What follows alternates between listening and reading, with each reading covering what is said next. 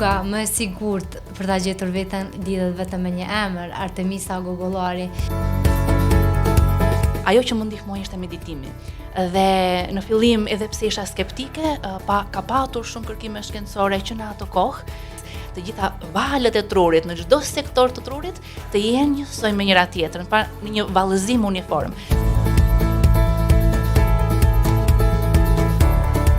Zemrës dhe mendjes, ky çrregullimi përhapet dhe në organet e tjera, personi pastaj fillon të ndihet ka lodhje kronike, ka humbje të energjisë.